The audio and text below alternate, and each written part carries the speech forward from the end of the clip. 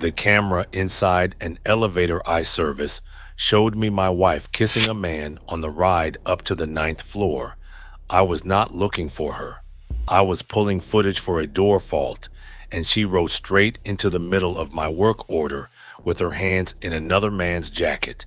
3 nights earlier, on a night she told me she was running a donor dinner, I wrote down the date and the floor in my fault log, finished the repair, and drove my van home to have dinner with her.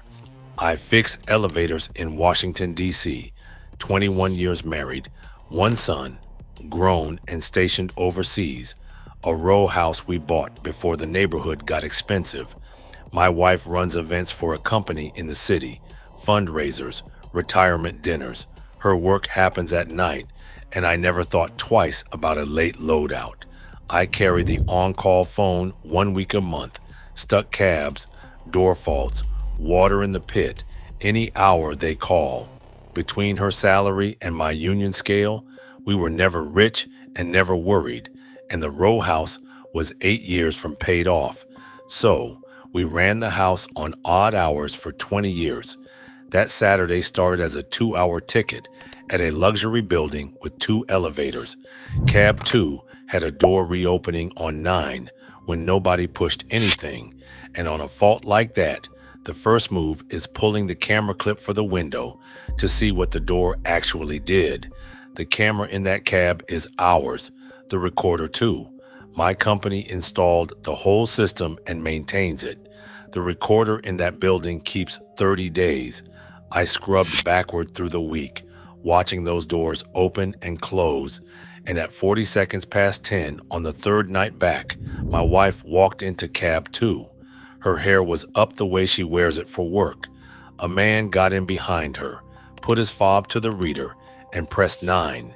She had her arms around him before the doors finished closing, and she kissed him from the lobby to his floor, and they walked out together. I stood in that machine room and watched it 4 times. I felt sick to my stomach. Then my phone rang, and it was her, asking if I wanted anything from the store. I said, "Whatever you are making is fine." I went back down and finished the operator reset, and while I was testing the doors, the man from the footage walked through the lobby with a gym bag and waved at me. I waved back. He had no idea who I was. I signed the log and went home. She made chicken and rice that night and told me about the donor dinner from 3 nights back, who behaved, who drank too much, which speech was boring. The dinner was real. I found the program from it later in her tote, but by 10, she was in that elevator. I ate and listened, and I asked her nothing. So I kept eating and let her talk. Once I knew, the last year sorted itself. She had stopped asking me to help with the loadouts. The late nights started ending in showers. Her calendar had gone from paper on the wall to an app with a password. That Sunday, our son called from overseas like he does every week, and the 3 of us talked for an hour, and she laughed in all the right places. The next day, I made an appointment with a divorce lawyer. I had asked a man I trust, a property manager who has thrown work to me for years, and he had given me a name. She listened to the whole thing, the fault call, the footage, the 9th floor. Then she asked, "Did you copy that video?" I said, "No, it stays on the building's recorder. I only pulled the clip to check the doors, and copying it for myself would cross a line I do not cross with a client's system." She said, "Good, because you doing it wrong helps her, and me doing it right buries her." Then she explained the district to me. She said, "This city changed its divorce law. There are no grounds anymore, no separation clock, no waiting period, nothing to prove. If one of you says the marriage is over, it is over, and I could file for you this afternoon." I asked her what the catch was. She said, "The catch is the money. Alimony here runs on a list of factors, and one of them, written into the statute, is the circumstances that contributed to the estrangement.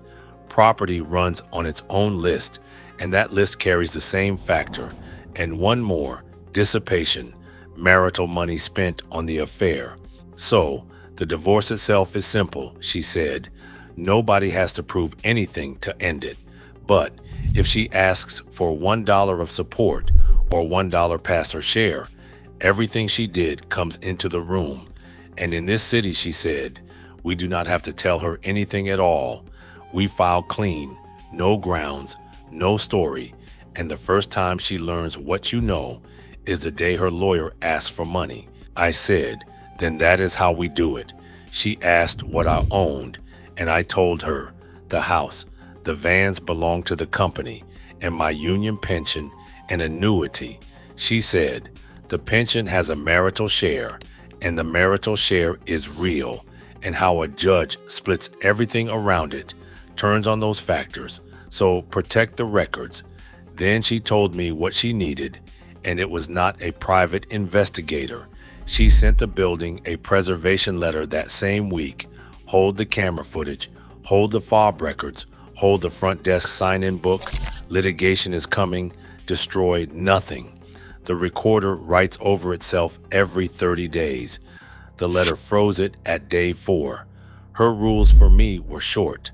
File nothing yet, change nothing, keep working, tell nobody. Every week of donor season was adding a new night to that sign-in book. So we let the evidence stack. A subpoena needs a case number, so the letter just held everything in place until we were ready to file. While we waited, I ate dinner with my wife and kept my mouth shut. Her donor season got busier. 2 more late nights came and went, and both times she came home with the lanyard still on and told me about a dinner. I checked nothing. I followed nobody. The lawyer had the records coming, and my job was to stay ordinary. Her company's spring fundraiser fell in the middle of the wait. The one night a year spouses get invited, and I have gone every year. So I went. I stood at a cocktail table and watched her work a ballroom of 400 people. The man from cab 2 was not there. I checked the room twice. On the drive home, she said, "Thank you for coming. I know you hate these things." And I said, "I can tolerate these." Then one night, the on-call phone rang at 9, and it was that building, cab 1 this time, a stuck door on the lobby level. I took the call, and I said the address out loud from the couch while she was sitting next to me folding laundry. She did not ask me anything else that night. The next morning, her sister called me, out of nowhere, wanting to know if we were coming to the lake this summer, and halfway through it, she mentioned my wife had asked her a strange question, whether repair companies get sent to the same buildings over and over. I told her sister, only if they hold the contract, and I got off that phone. So, my wife had noticed the address, and instead of asking me, she asked her sister. I told the lawyer. The lawyer said, "Good. A nervous person calls her own lawyer, and a person with a lawyer settles faster." 5 weeks after the preservation letter, my lawyer filed the case silently on a Friday morning. The papers in this city say almost nothing. The marriage is over. One party asserts it.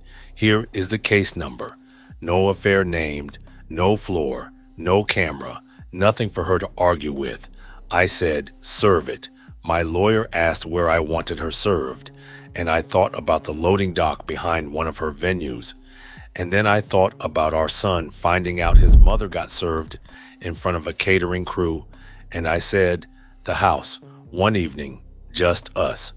The process server came at 6:30 with a clipboard and a padded envelope, the same kind of package she signs for at every venue, and she signed for it at our front door. She opened it in the hallway. Then she looked at me and said, "This says you want a divorce." I said, "I do." She said, 21 years, and I do not even get a reason. I told her I am done. She stood in that room holding the papers, waiting for me to explain, and I did not. And that was the first night of our marriage. She slept somewhere else. 2 days after the serve, she came back to the house with a speech. She offered counseling. She offered to quit the event company. She said the odd hours had made strangers of us, and we could fix what the hours broke. I let her finish, and I said, "The papers stand." Then she asked me if there was someone else, and I laughed for the first time in a month, and she heard the laugh and left. Her mother called me that weekend crying, asking me what happened, and I said, "Ask your daughter." She called me back a week later and only said, "I am sorry," and I did not ask what her daughter told her. Her lawyer called my lawyer inside a week, and because there was nothing in the filing to fight about, her side went straight to the only thing left, the money. She asked for alimony. She asked for 60% of the house plus the right to buy me out of it. And she asked for half of my pension and my annuity, every year of union contributions, the biggest thing I own. My lawyer called me with the demand letter, and when she got to the pension line, she said, "There it is. That is the fight. Come in Monday." Monday, she walked me through it at the same desk where I first told her about the door fault. The subpoena had gone out the week after the serve, with the notice the rule requires, her side on copy, and the building's management company turned over everything within 2 weeks without a fight. She put a folder on the desk, stills from cab 2, date stamped along the bottom, 6 nights, every night the recorder still held, the same man, the same floor. Behind the stills, the fob log, his unit, 14 months of rides, matched to nights on her work calendar. Every page came with the building manager's signature certifying it, which is what turns a fob log into evidence. My lawyer asked if I wanted to know who he was, because the unit number would give him up in one search, and I said no. The case did not need his name. It needed the floor. Behind the fob log, the sign-in book from the front desk, and that one stopped me. She never signed her name. She signed in over and over as the catering coordinator for events that building never hosted. The last page was the joint card statement, highlighted, ride shares to that address, a wine bar on that block, more than a year of it, a little over $4,000 of our money. The dinners themselves never showed on the card, only the getting there and the getting home. In this city, she said, the judge weighs the circumstances that broke the marriage in the support claim and in the property split, both. It is in the statute twice. Her side had written that demand before the subpoena notice ever reached them. Next Monday, there is a settlement conference, and her lawyer is going to reach for that alimony number, and you are going to sit there and let me answer him. I went home and slept fine. The conference was at her lawyer's office. She came in polite and level, and she did not look at me until we were all sitting down. Her lawyer opened with the income gap, my overtime against her event salary, and the words, 21 years of standard of living. Then he asked for the alimony number, and my lawyer opened her folder. My lawyer did not argue any of it. She agreed with it out loud, which confused the room. And then she said, "Since we are discussing what the parties contributed to this marriage, let us talk about what contributed to its end." She laid the stills on that table one at a time. Cab 2, date stamped, 6 nights. Then the fob log, his unit, his fob, her nights. Then the sign-in book. And she asked the room whose catering coordinator this was, because the building never hosted a catered event on those dates.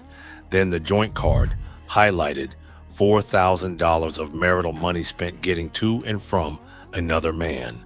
Her lawyer asked for a recess before anybody said the word alimony again. Somewhere around the fob log, she came apart. She looked at me across that conference room and said, "You were watching me?" And I said, "No, I was fixing the doors." They took 40 minutes in a side office, and when they came back, nobody on her side looked at me. They asked for an even split and no support, and my lawyer said, "No. The statute in this city lets the judge weigh who broke the marriage and who spent marital money on breaking it, and we will happily let the judge do that math."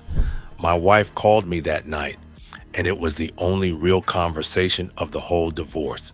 She asked, "How long did you know?" I said, "Since the door fault on cab 2.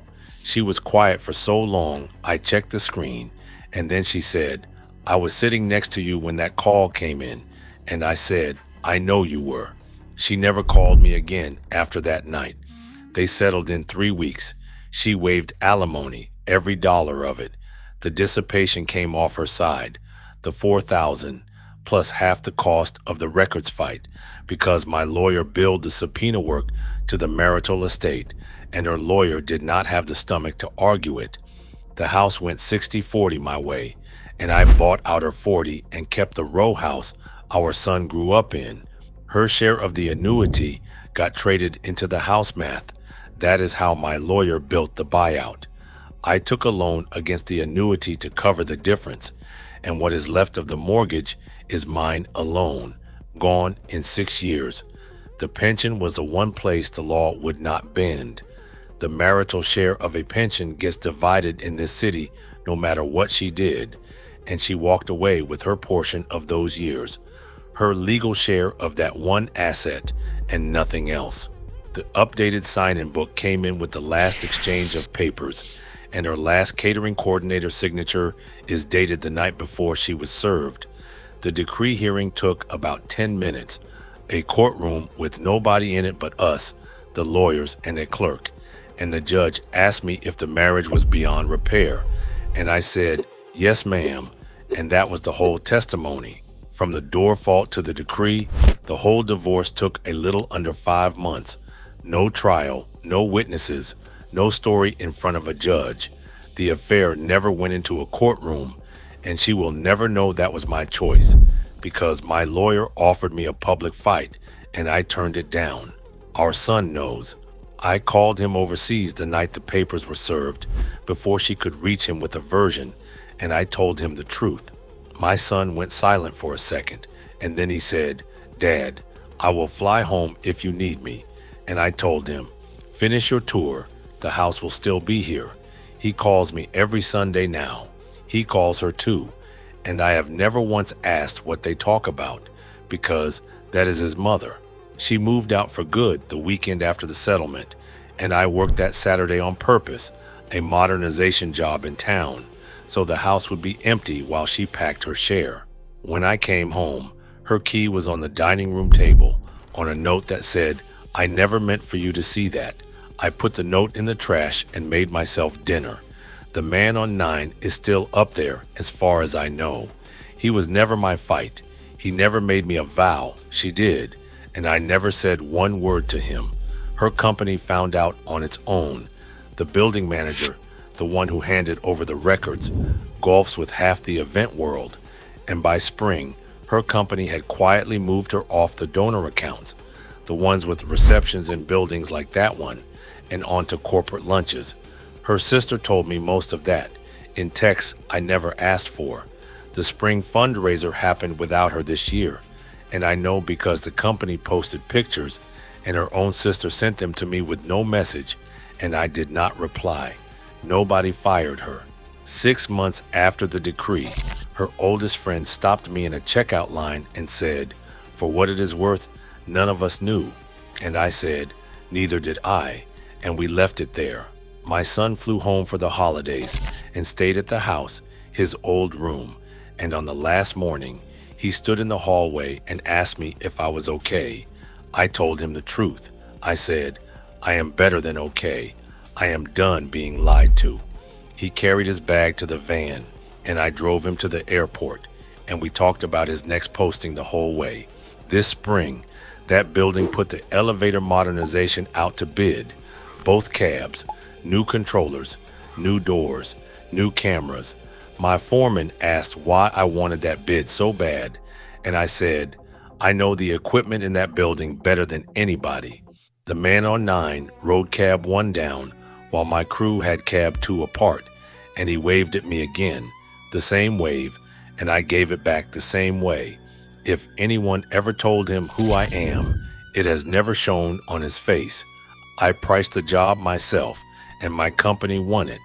First week of demolition, I pulled the old camera out of cab 2 and dropped it in the scrap bin with the rest of the old hardware. My apprentice boxed the old recorder for disposal, and asked if we wiped the drives first, and I said, always. And I stood at the recycler and watched that drive go through the crusher. The new cameras shoot in high definition, and the recorder keeps 90 days now. I signed off on the install, rode cab 2 to the 9th floor one time to check the leveling, and rode it back down.